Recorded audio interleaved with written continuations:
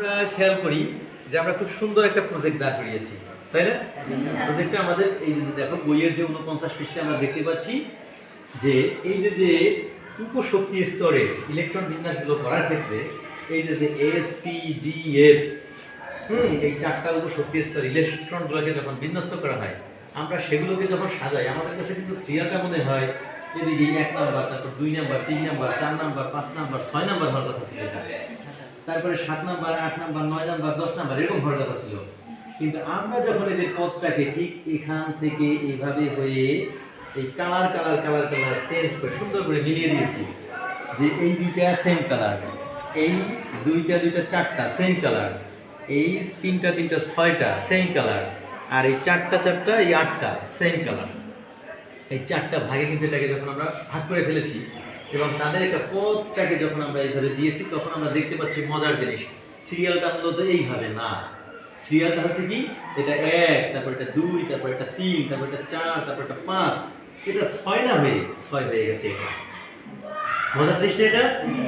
আবার 6 এর পরে 7 খেয়াল করো, 7 কিন্তু এটা না, এই হচ্ছে 7, তারপরে এই 8, এই 9, তারপরে এই হচ্ছে আবার 10, তারপরে এই 11, তারপরে এই 12। অর্থাৎ কালার আমরা কেন বানিয়েছি? কালার বানানোর পিছনে উদ্দেশ্য ছিল একটাই, সহজে যাতে আমরা ট্রেস করতে পারি যে এই যে ইলেকট্রনগুলোর একটা ক্রম, একটা ধারাবাহিকতা, মানে কে আগে থাকবে কে পরে থাকবে। এই যে আমরা ইলেকট্রন যখন বিন্যাস করবো তখন আমাদের বলা ছিল কি, আমাদের ইলেকট্রনগুলো বিন্যস্ত হবে শক্তির কি নিম্ন ক্রম থেকে ঊর্ধ্বক্রমে। এই যে শক্তির নিম্ন ক্রম থেকে ঊর্ধ্বক্রম, এটা কিন্তু আমাদের এইভাবে সাজালে বুঝতে কষ্ট হয়।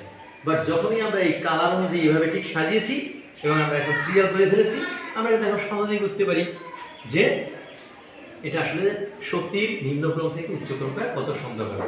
ঠিক আছে, এই পর্যায়ে আমাদের এই যে ফিতে আছে, ফিতের সাথে সিরিয়াল ক্রমটা করে আমরা স্টাপলার করে দেবো, তারপর আমরা এটাকে টান করে ফেলবো, তাইলে আমরা দেখতে পাবো যে সুন্দর একটা শক্তিক্রম হয়ে গেল। ক্লিয়ার?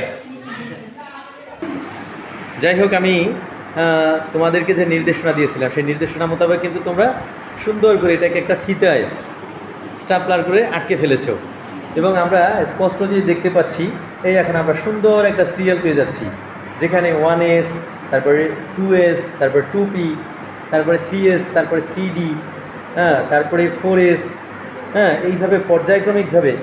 এখানে এটা আসলে হাইলাইটের কালারটা একটু কাছে না নিতে দেখা যাবে না। তারপরে সিরিয়ালটা হচ্ছে 3Dর পরে 4P, 5S, 4D। এই দেখো 5S, তারপরে কিন্তু 4D চলে আসছে। অর্থাৎ 5S এর চেয়ে 4D কি বড় নাকি ছোট? বড়। আমরা জানি সংখ্যার দিক থেকে 5 হচ্ছে বড়, 4 হচ্ছে ছোট। কিন্তু যখনই আমরা এই উপশক্তি স্তরের ক্রম তৈরি করব, সেখানে কিন্তু আমরা দেখতে পাচ্ছি যে 5S এর চেয়ে 4D বড়।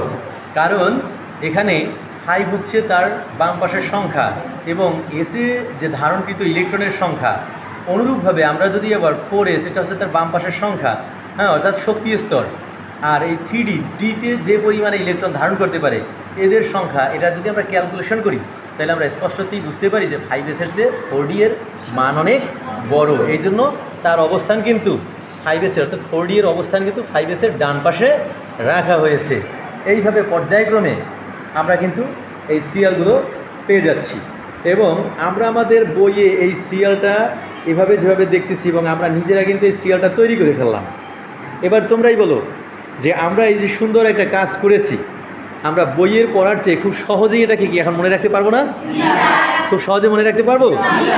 এভাবে রসায়ন বিজ্ঞানের প্রত্যেকটা বিষয়কেই আমরা হাতে কলমে প্র্যাকটিস করব এবং সহজেই আমরা এগুলোকে অর্জন করব এবং তোমরা তোমাদের ব্যবহারিক জীবনে এটাকে আনন্দপূর্ণভাবে কাজে লাগাবে। আজকের ক্লাসটা তোমাদের কাছে কেমন লাগছে? ভালো লাগছে? আচ্ছা, থ্যাংক ইউ ভেরি মাচ।